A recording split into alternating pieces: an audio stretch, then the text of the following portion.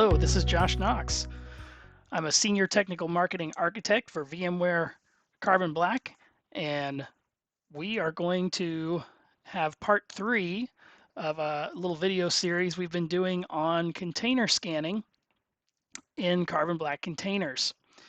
And this time we are going to focus on scanning in pipelines and how we are able to do that. So let's take a look here at the diagram that we've kind of been looking at. Last time we looked at how to use the cbctl tool, the command line tool, to run scans on either a developer machine, your own machine, so that you can run those manually and get the logs locally on your console. And then also you could go and look at the logs for those scans in the Carbon Black cloud. The next thing we want to look at today is how do we run these scans inside a pipeline? So in a shift left philosophy, we are trying to move security as far to the left or earlier in the process as we can. And when we do that, we want to make sure we're scanning early and we're scanning often. And that means in our CI/CD pipeline. Normally, a developer is going to write his code, going to push his code to whichever code repository. I have GitLab here, but it could be GitHub or Bitbucket, some other repository. He pushes his code, and that normally kicks off some kind of CI/CD pipeline. There may be linting involved in the code. There may be static code analysis, but in the case of an application or if there is a container involved that needs to be built, it's going to push, and the CI/CD pipeline is going to build the container. After that container has built, it's very important that we get a scan done to make sure that there aren't any glaring vulnerabilities, any malware, anything in there that we wouldn't want to proceed further into either our image registry or worse, into our Kubernetes cluster. So we want to start that scanning over here. And one of the other things about the cbctl tool is that we are able to have our pipeline fail if we run one of the policies, the validate policy, in that pipeline. So let's go ahead and we will take a look at, first of all, where do we get the credentials and how do we use those credentials in a pipeline? Now today we're going to look at two examples. We're going to look at both GitLab and GitHub and see how we could run the cbctl tool in the pipeline in either of those two code repositories. So first, let's go to the Carbon Black cloud. And where we want to go is we want to go to Inventory, Kubernetes, and Clusters. And then here on the Clusters page, we want to click on this CLI config. And what you'll need to do is you'll need to add a CLI. So I already have one, but we'll just create one for fun here. GitLab CI, default build step dev, and we will just going to copy this and put it back down here, and then we're going to hit next. We're going to generate an API key. I'm going to name it GitLab CI. Hopefully I haven't used that before.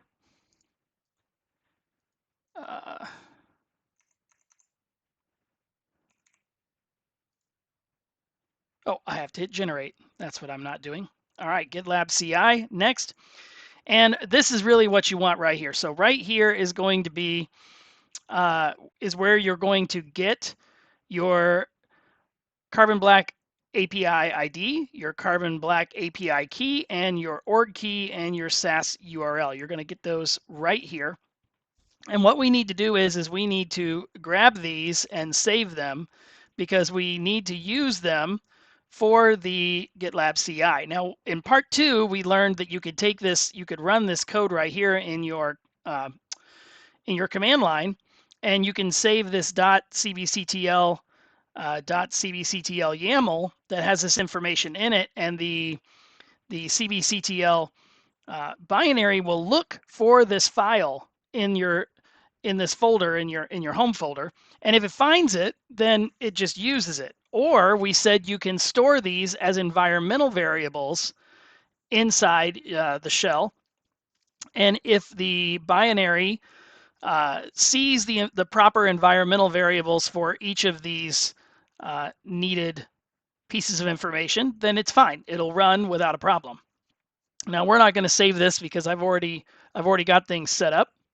So let's go ahead and hit cancel here, and I'm going to get back to now we want to move to our GitLab. So let's start with GitLab. And here in this is my little GitLab that I have set up.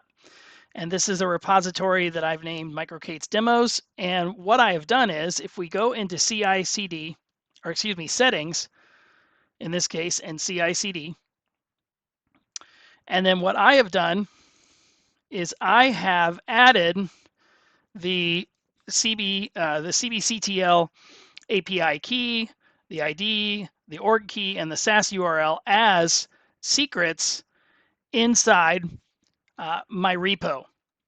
Now, what this means is that when I run CI/CD jobs, these variables will be available to the CI/CD pipeline. And this is a great way to set this up. I'm hiding these. You can't see them. They are masked. You see over here, I have them masked, and that means that they won't show up in the logs. And so now we're going to click on actually, before we click on pipelines, let's look at the code itself. So we've seen here is the GitLab. Here are the variables that we need to be able to run the CI/CD tool, cbctl tool, excuse me. And if I click on my VS Code here, so this is my GitLab CI YAML. And for GitLab, you have to have a GitLab CI YAML to define your pipelines.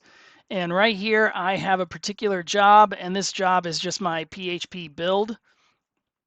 And it is going to build this PHP Docker container that I use for one of my attacks in some of my other demos.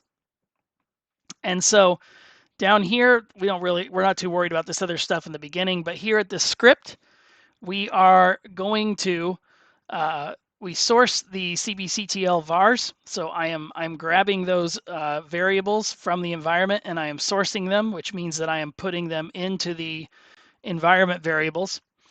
I am logging into my harbor because in this particular instance, I have a harbor that I want to push to once I have built my image.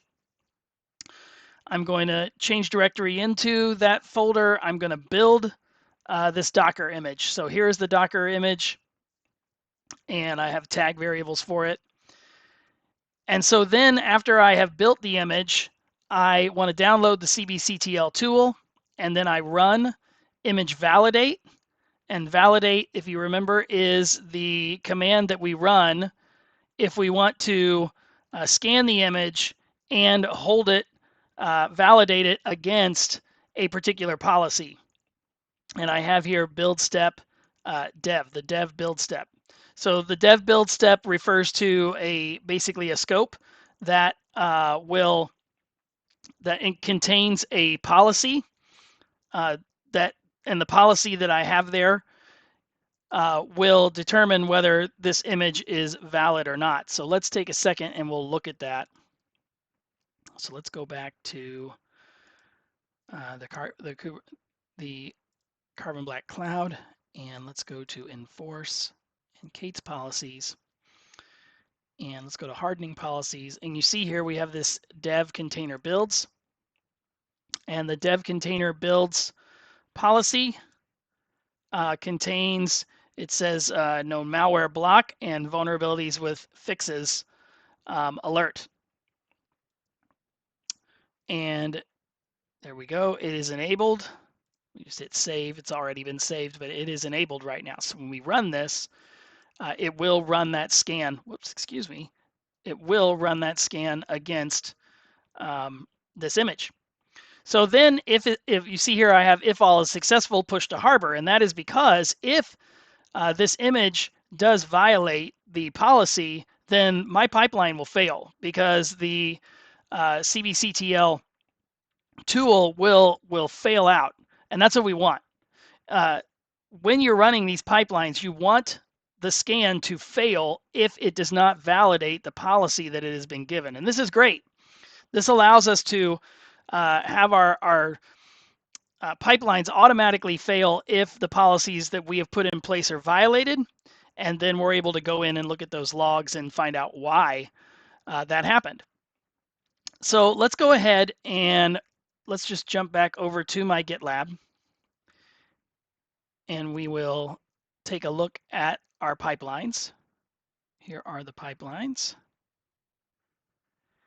And that particular PHP one that we were looking at,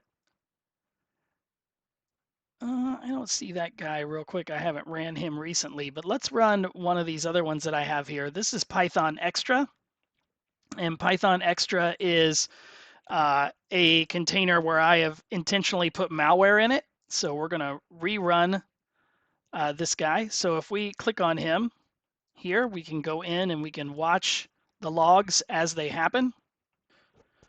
All right, our log has started to roll. And we can see here that we, first of all, we log into Harbor. And then after we log into Harbor, we do the Docker build. And the image is built. Here is the image being built. And then once the image is completed, we just run a little Docker images here to verify that there it is. There's the image. And now we're going to, I just wget the cbctl tool and chmod it so that I can execute it. And then down here we run the cbctl image validate against the image that we just built with the dev step, with the build step dev, which points it to this dev container builds policy. And in this case, this image contains malware. And you can see the path dirty files malware is the actual name of the file because I put it in there intentionally. Now, what is nice is this is in the log, so operators of GitLab are able to see why it failed when they get in here and get in the pipeline, see these logs. They can see this and they see why it failed, and that's great. If they have access to the console, we can click on this link, and it takes us directly to the Carbon Black console, and we are able to take an even deeper look at the container itself. So we see here it is. It is the Python Extra 1.2. It has a critical file in it, which we know is that malware. If we click on layers, which is my favorite tab in here, we can scroll down and we can see that right here is the malware layer. There is an add right here. And if we open this guy up, we can see it. And we hold on here and it adds that file into the folder dirty files. There it is right there. So there is that scan, and that's really cool. So now we've seen it, and we've seen how a scan with using validate can fail and can allow the developers and the DevOps team to know why an image failed. Let's go ahead and run another one here that is clean, just for fun. And we're going to go ahead and get in here and take a look at this one. All right, and the logs have begun on this pipeline. And so we see here again, we are logging into Harbor. We're doing the build, and this is a different image. This is a Python 3 WinRM image that I have. And it runs through, builds the image, checks it, and then it pulls the cbctl tool.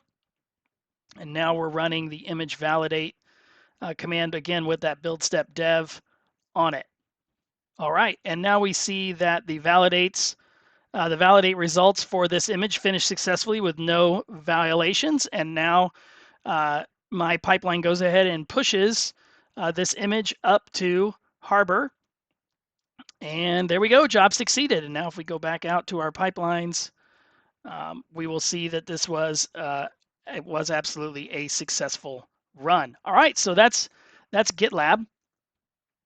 Now let's take a second and let's look at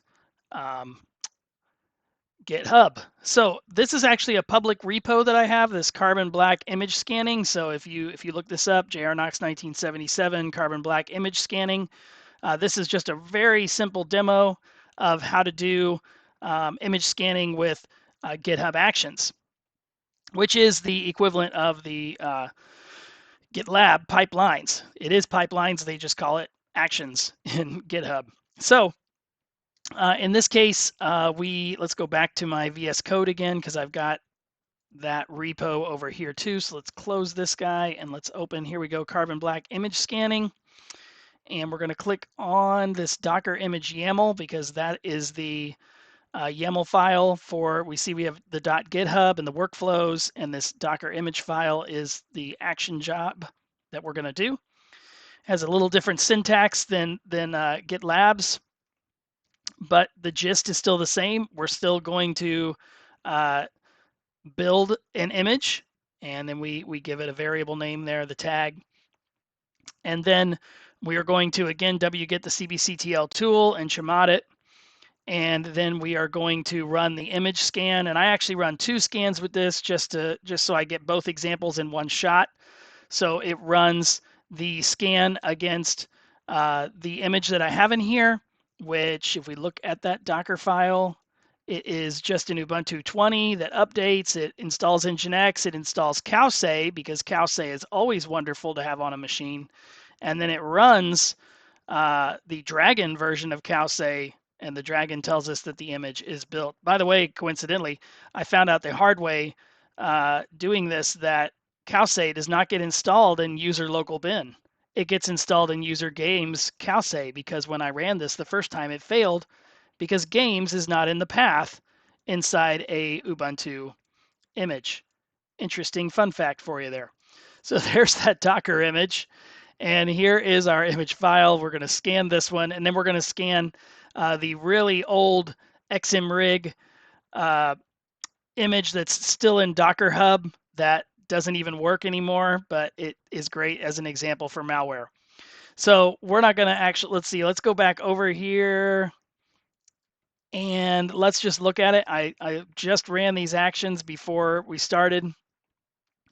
And so if we click here on added Cowsay, and I click on the build. Oh, I know what I forgot to show you. We'll show it here in a second.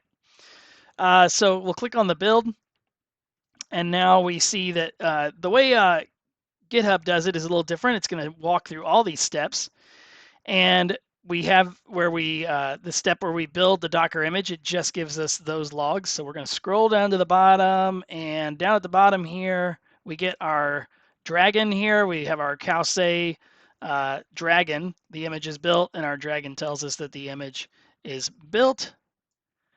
Then we download the cbctl binary, because as usual, I'm too lazy to bake it into the container. And then we're going to run the image scan with the cbctl binary. And we're going to see here that we run it. And in this case, I didn't really have a good way to put these straight into the environmental variables, but they are there as secrets. So I will show you in a second here how I stored these as secrets in GitHub. It's a little different process. And so in GitHub's logs, it just gives you these little 3 asterisks here. And that is to signify that there is a secret here that is masked. So I had to put I had to call out each one of these and put these secrets in and run the scan. And we're only running scan on this one. We're not running validate. And so because we're running scan, we get the entirety of all of the vulnerabilities that it found with the severity here and fixes available. And then down here, we can see that we have the full report. If we click on that, it's going to open another window. And remember, we ran another one that had malware in it. By the way, I don't know why this report, I feel like GitHub has some interesting logging issues, because right in the middle of our list of all the vulnerabilities, we've got the report can be found at. So here's the scan of our xmrig, and we get down here, and it did find, you can see it found xmrig. It is known malware, and here we have again another window which we're going to open. So before we go look at those, let me show you here in GitHub, if we click on settings and we click on secrets and variables, and then it gives you some options here, and it's actions, secrets for actions. Then here they are. Here they are here in GitHub. I have these repository secrets, and these are the secrets that I need for the API ID key, org key, and the SAS URL to be able to run the cbctl tool. So you'll have to make sure that you have those stored in your secrets to be able to get to it. And like I said, this one is publicly available, JRNox 1977 carbon black image scanning. And this is a publicly available repo. You can go in here and look at the code, and you could mimic the code I'm doing here to be able to run your own scans from GitHub if you wish. So let's look at these last couple of scans. So here is that Ubuntu 20 Nginx latest. There was no malware in this one. We had some medium and some low. Let's look at my favorite tab, the layers. And we can see that right here is where the original Ubuntu image stopped, and here's where I started building on top of it. So I did an apt update. I did an apt-y install nginx and cowsay, and then we run the cowsay command, and that's even here as well, which is kind of funny. We have the packages that are all installed. Oh, and by the way, under this layers tab, if I haven't showed you, you can click over here on the side, and it will show you not just, see, we installed nginx and we installed cowsay, but there are a few dependencies that also are underneath here. And as you can see, it says there are 48 packages that are actually installed in this layer, not 2. We called out 2 packages to install, but by the time you install them and get all of your dependencies, it's 48. So if we come over here and click on all 48, we can see all 48 packages that were installed at that particular layer, which is nice. So let's go ahead and we're going to click over here on, let's go back to container images before we wrap up. Here in container image dashboard, if you go to your scan log, you can see here, these are the scans that I've been running in preparation for this video. And so you can see here the Harbor, the Python Plus that we ran, the Python Extra that we ran, the XMRig, and that Nginx. And again, if we click on these, like this, let's click on the Python Extra here. And if we click on it, we see we have everything we've been seeing before, that file reputation, the layers, the packages, the scan log for this particular image. And then if you wanted to get, you can see we're in a window here. And when I first started doing this, I thought, how do I get out of this window? If you click on this heading right here, then it'll take you to the full details of this scan right here. All right, well, I think we're going to wrap it up there today. This one ended up being a little longer than I thought, but I hope that you have learned a little more about being able to scan in pipelines, and I was really happy that we were able to look at examples for both GitHub and for GitLab. Thanks for watching.